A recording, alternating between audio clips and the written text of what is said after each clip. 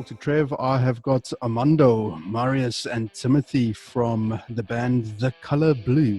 How's it going, guys? Hey, Trev, we here, my man. Great to be on your podcast. And listen, thanks very much for having us on. Absolutely fantastic to be here. It's an absolute pleasure, and I'm glad we finally got the podcast happening. Okay, so two questions from the word go. The Color Blue. Number one, color, spelt in American language, and blue as in it blew my mind. Okay, who came up with the name of the band? Yeah, it was a collective thing, I think. I know Leon had the idea in his head and he kind of planted the seed. But I think it was Armando who came up with the color spelling and the blue part. But yeah, it was just randomly. It was just sitting there in the studio and just the name it came up. But I know Leon had that idea beforehand. Right, okay. Something to do with color. Okay. Something like that. I thought it was because you're trying to aim for the American market or something. Letters to type, dude, so it's more efficient, it's quicker, so you don't have to write out. You don't have to think. Yeah, you don't have to think. Yeah. Listen, dude, we weren't good at school, hey? Okay, so let's talk about the album releases. Okay, now, is it right that there are two albums? That is correct. Yeah. Okay, so the 2018 release was the Canvas, or was the 2017 release? That was the 2018. I believe it was 2018. Okay, so the Canvas is the first one that came out. What is it? How I'm trying to, like, when I listen to the music, I try and sort of like put it in a genre, and I can't do this to you guys. It'll be an injustice to say it's grunge or just rock or just alternative, or maybe it is alternative. Maybe alternative is the best way to go because that covers the whole spectrum. But what genre is The Color Blue? Dude, it's difficult to kind of put it in a box and say, this is the type of genre that we play. I think, and this is probably one of the cool things about the band for me, and is that there's no set thing. Like, you play what you feel. And I mean, as you listen from the first album straight through to the second one, like the sound progresses and you kind of forge this identity. And man, it's I don't know, it's whatever we feel. And that's the cool thing. So we don't box ourselves in to be like, we're going to play this type of music or that type of music. Speaking for myself, I mean, I know, like, genres, for instance, for me, it's a very broad term. Like, you basically have influences. That's the way I see it. You have different influences from different musicians and different bands, and you take that and you put it together and then express how you feel through that sound that you create from your influences. Stuff like that, I think. But yes, to put it as a genre, I think alternative pretty much sums it up the best. But we rock, we indie, we've got sad songs, happy songs. Yeah. I was just going to say, because the album, The Canvas, is immediately two tracks that stood out to me on a personal level. All That Is Good and Colors. And then it just seems like the second half of the album, it's like the first half of the album is like this great big sort of like energetic vibe, and the second half is just like brings you straight back down to earth. Was that on purpose, or was it just how it flows? Dude, sorry boys, like to byproduct, I think the thing with the Canvas was like we experienced a lot of loss around that time.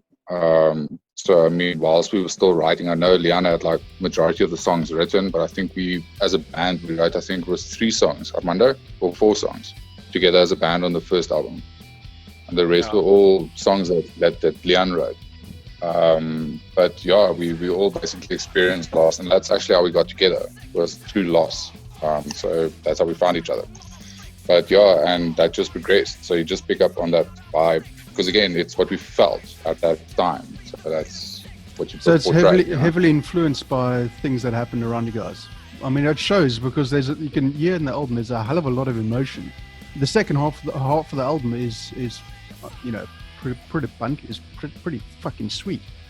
But on a sort of like, down level, you know what I mean? It's very different to the first half. And listening to Lightswitch, the 2019 release, it's almost heavier, but then it's just completely, utterly fucked me up by having African skies on there. African Sky. It's like, whoa, dance, and then African Sky. And then I was like, okay, geez, where the hell did that come from? How did that come about, African Sky?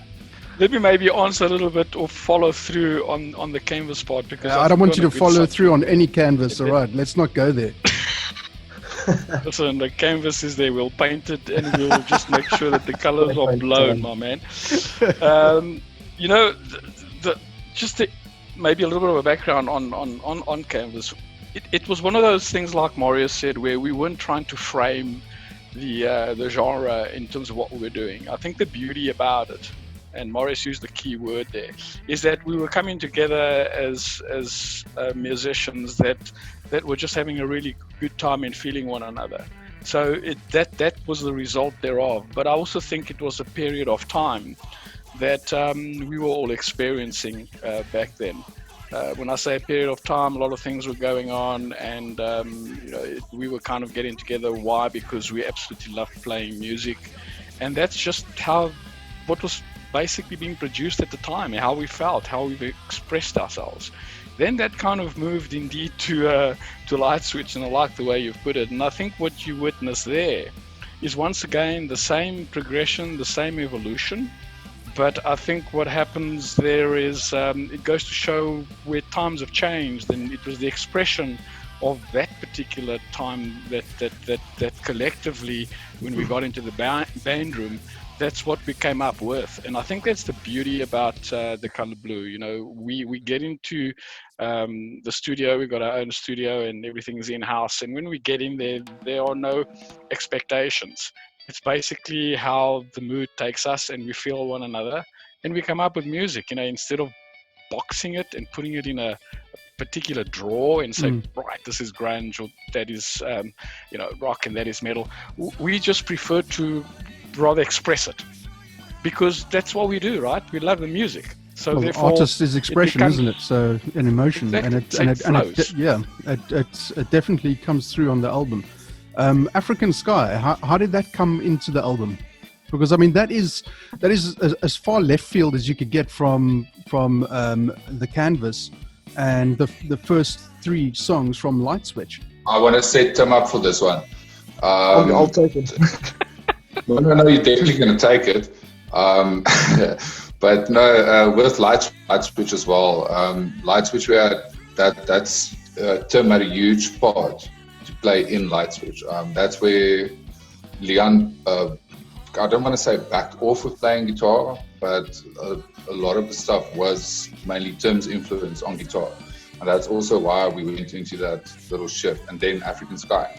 Yeah, very much exactly like that. It's kind of a cool story, because prior to Lightswitch, as Marius was saying, most of the music for the canvas was had already been written by Leon, and then the band collectively wrote the rest of the album. But for Lightswitch, when we had the different lineup after I joined the band, the whole writing process changed, where nothing was really formally written beforehand and kind of brought to the band as a song. Everything was written very much in the studio, in that jam room space, if you would.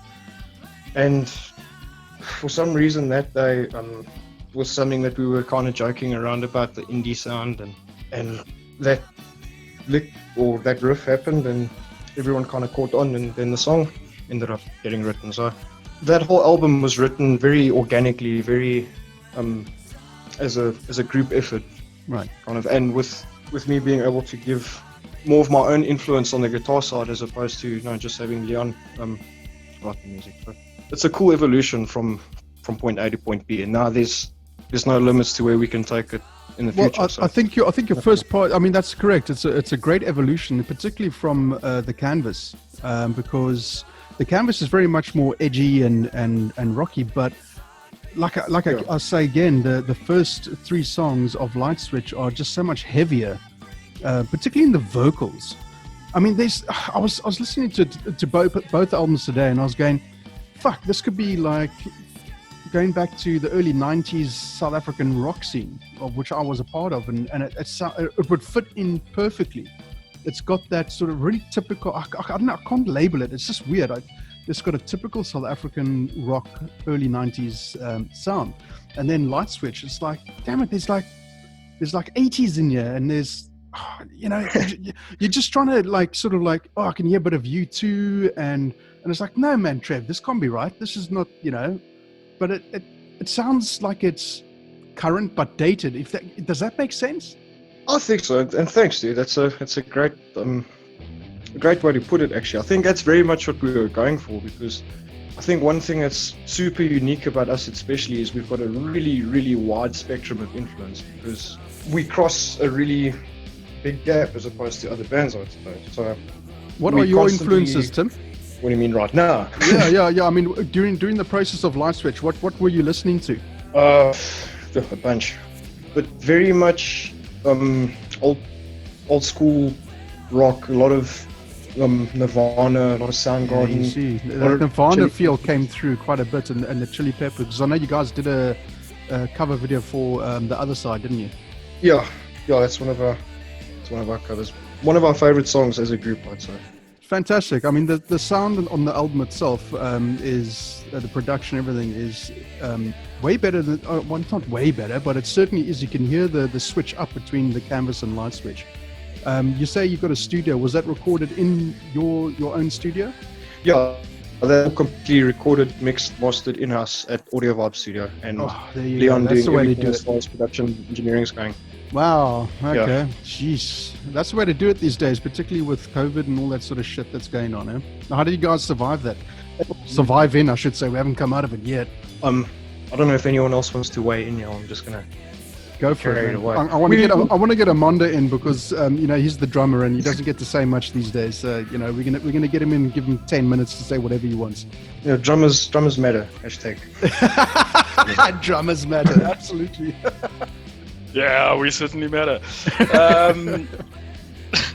No, I like to be a little bit more in the background, to be quite honest with you. I think the reason is that Tim touched on a few things about this evolution. We do, we have a unique situation where we have 4 members of the band that normally you get a bunch of guys that of similar age and come along. I think that we've come in where we have these huge age gaps between the 4 of us, but it doesn't feel that way at all. So the way that I like to actually put it, and I want to just rewind a little bit because I think it also makes sense in terms of the name that we used for the first album. I think the first album there was a lot more stuff that was kind of being worked on in the background, and maybe we can probably coin this where we colored it in our own expression. Yeah. Whereas the new one, and that's maybe a nice way to put it, thinking aloud here, whereas Lightswitch, and because it's our own studio, there is no pressure. When we get there, it's really how we feel, and hence, if something sounds really cool, we'll hit the button, and that's where it sits. So that kind of answers a little bit of that. And then going directly to your question about, hey, COVID, we're still not over it, what are we doing? Man, from my side, this is just not it. It's the first week or so, I think we all kind of took it a little bit in the chin, and there was an element of excitement and saying, okay, cool, we're doing something different, and life's going to be different as we know it. But I think that, what are we in? 100 and whatever days, Yeah, we're fucking over it, basically. Yeah, I'm not sure whether we're over it. I actually think that we've still got this mountain to climb at the moment, and this is when reality hits right. So as far as musicians, music, and what we all do, just like any other business industry, really, is that we have to just find new ways of innovating and new ways of doing things. But the sad part about all of this is that I'm surely missing my bandmates, man. To not be able to get together with the guys, it's like being a little child and looking at another child with an ice cream, but you don't have one. You know what I mean? It's like, not on, man. It's just not on. It's typical of a drummer to think of food.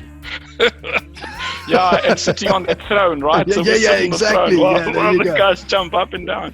Elvis should have been a drummer, I'm telling you. Now you get an ice cream as well. This shit isn't fair.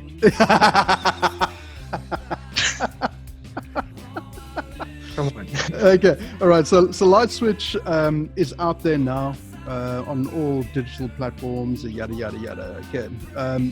Is there anything new in the pipeline? Yeah, man. Currently, we're busy releasing singles off of Lightswitch.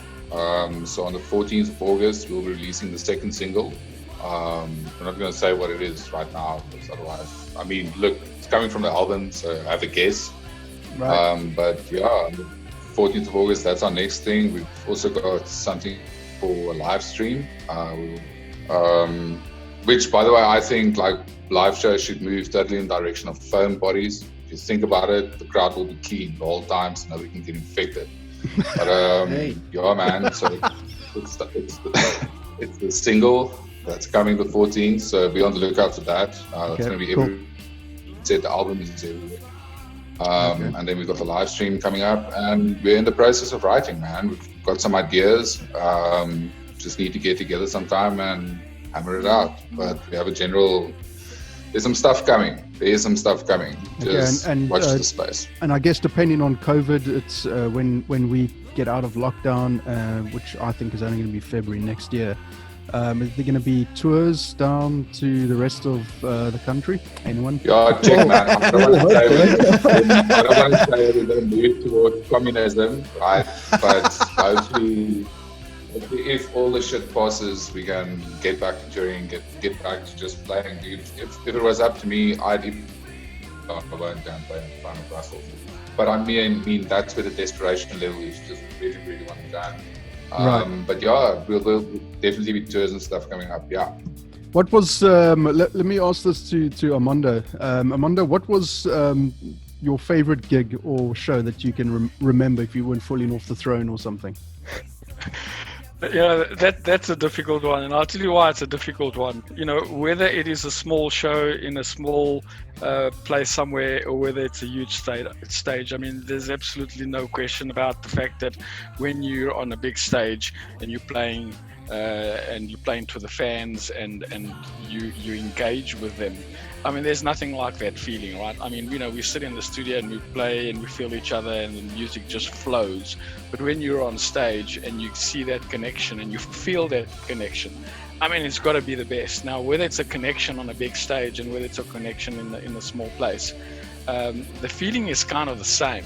But let's face facts, right? I mean, playing in a big stage, that's just got to be the ultimate, which is actually what makes this COVID situation so difficult. You know, we're finding these new ways to handle COVID and get the music out there and feel it. But how can you have this energy, right? Release. How can you actually do that when you're expressing it, but at the same time there's no feedback? It's a loop that the feedback loop has been broken. Yeah. And it's just so difficult. So for me, I've got to tell you that every single gig that I've played, and even going forward when COVID is behind us and we're able to play on stage, guys, this is what I would say. Whether you see the color blue on a massive stage or whether you see the color blue in a small place, you're gonna get our energy out of there. That's it. Color blue, full of energy. Nice, I like it.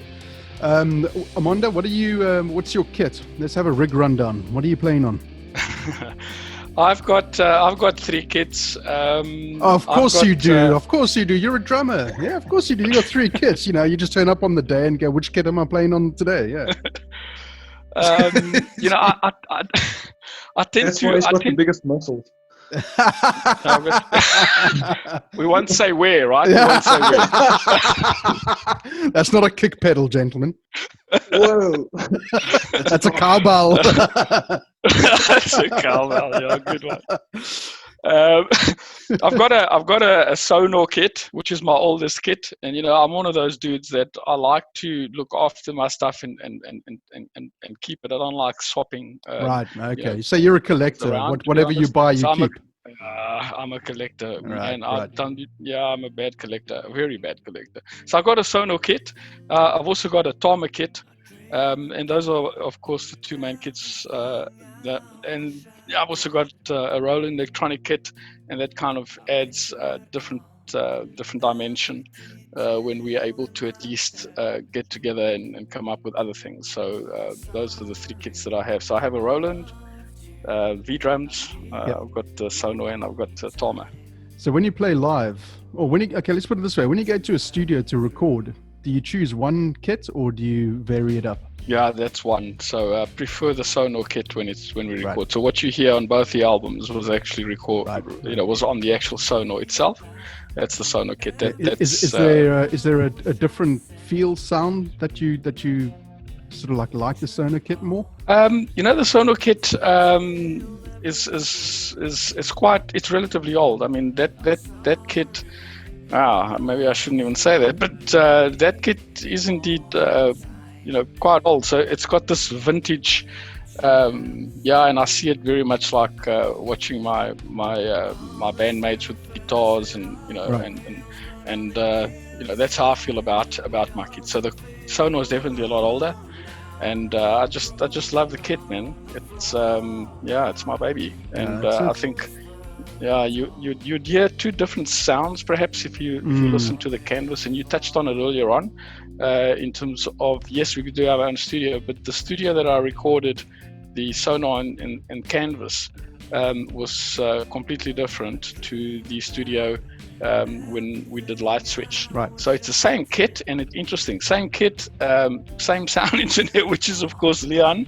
Yeah. Same drummer, but different acoustics in different venues. So it's interesting to also take note of the different sounds. But same kit. Okay, cool. Timothy, what kit what's your rig rundown? It's pretty simple. It's just a Mexican Fender Strat, and I think it's a Marshall MG 20th anniversary, and Boss GT10 on the ground. That's it. Nice, very nice. Marius, Straightforward. Yeah. Straightforward guitarist. Who would have thought, eh? Yeah, no, we don't like any bells in it. That's drummers, but That's drummers for you. Yeah, they always got to be bigger and better than everybody else. Eh? Or try to be, at least. Yeah. That's about the best you can get as far as I'm concerned. It's got the most tonal variety. So let's keep it. Marius, what's your rig rundown? It's a broomstick with 2 strings on it. How come I'm not actually surprised? Actually, I've got a 2012 Fender Jazz Bass, American Standard, and a Hardkey LH500.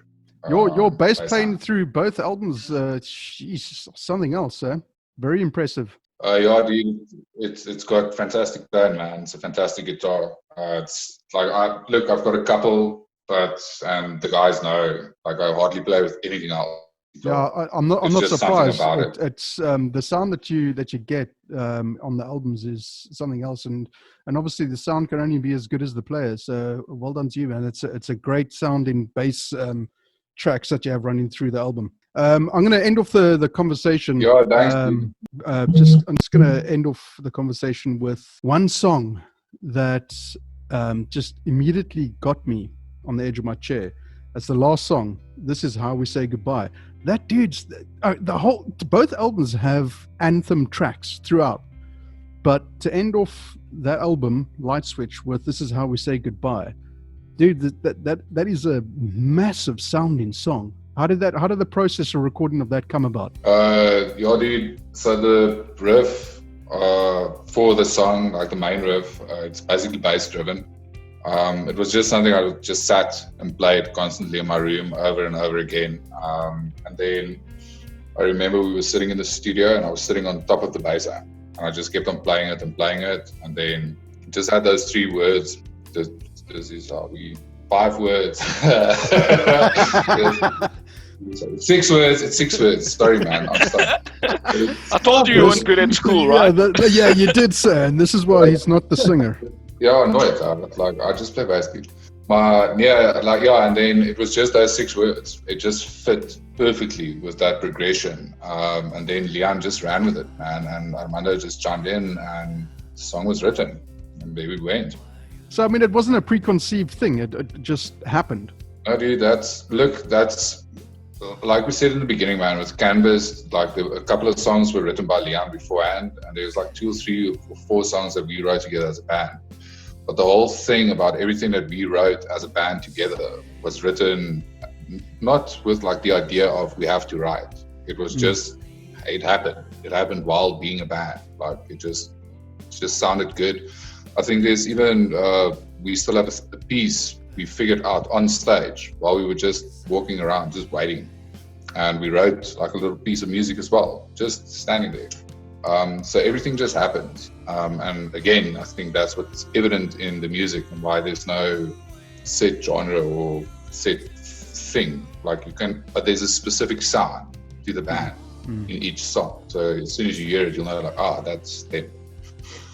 But yes, that makes sense. What was the question? What? Hello? What? Sorry, dude. I'm sorry. No worries. No, yeah, just wanted to add in there. No, it's me. Timothy, sorry, man. That's cool. Every song was written basically out of an improvisation, because that's, I don't want to say the bulk of what we do at band practice, but we do it enough that I think we've managed to figure out a formula to it where we can develop an idea and eventually refine it into something that's functional as a song, and then just tidy it up along the way, and that's it. We improvise pretty much everything. Like Marius was saying, we'll improvise on stage, we'll improvise for sound checks, we'll improvise in the middle of songs if it calls for it. But that's really the crux of how the music comes to be. Well, I mean, it's an immense song. It's absolutely anthemic. It's huge. This is how we say goodbye off the Lightswitch album. Who wrote The Man? Yeah, that's my riff, music-wise, but Leon wrote the words. It's did you have any sort of were you influenced by any year in while writing that, like 80s, No, 70s, dude. 60s, or just came up from that was it? Yeah. Because that is Check fucking the 80s way supreme. Dude, I don't know, man. For me, it's like I'll hear something in my head, and then you hear the whole piece, like it's all there. You know what it must sound like, and then you just figure it out on guitar, and then you take it to the band room, and everybody works on it, and boom, dude. Jeez. That's how I got there. I was playing Madden on PlayStation, Right, NFL, yep. and like there was this background noise, just a beat, just a 4-beat, and then the riff just came up like we have to play that over that beat, and then Wow. then the song. Jeez, there you go. Simple. It sounds so easy, but it's not.